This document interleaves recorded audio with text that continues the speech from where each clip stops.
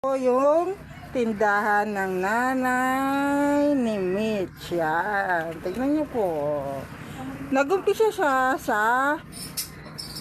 wala, no? Sa ipa-isa-isa lang. Yan. Ngayon po, ayan na. May ice cream na. Yan. May ano na. Meron na po siyang yan, mga gulay. Bibili na po kayo ng sibuyas, bawang at kamatis. Yan. Yan po. Yan. Sibuyas, bawang. Kita yan sa ano, naka-dual video tayo.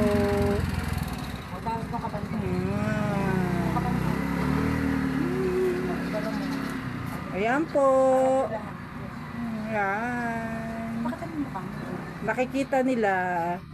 Dual video nga gamit ko. Ayan. Oh. Ayan. Ayan po. Oh. Ayan. Ayan po. Kung mapapansin nyo po, katabi niya ang ito po. Yun, ang katabi niya ang Aling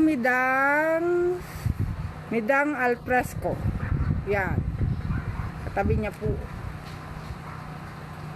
Kaya po kung maghahanap po kayo ng mga sibuyas, bawang at kamatis, dito na po. Ayan. Ayan.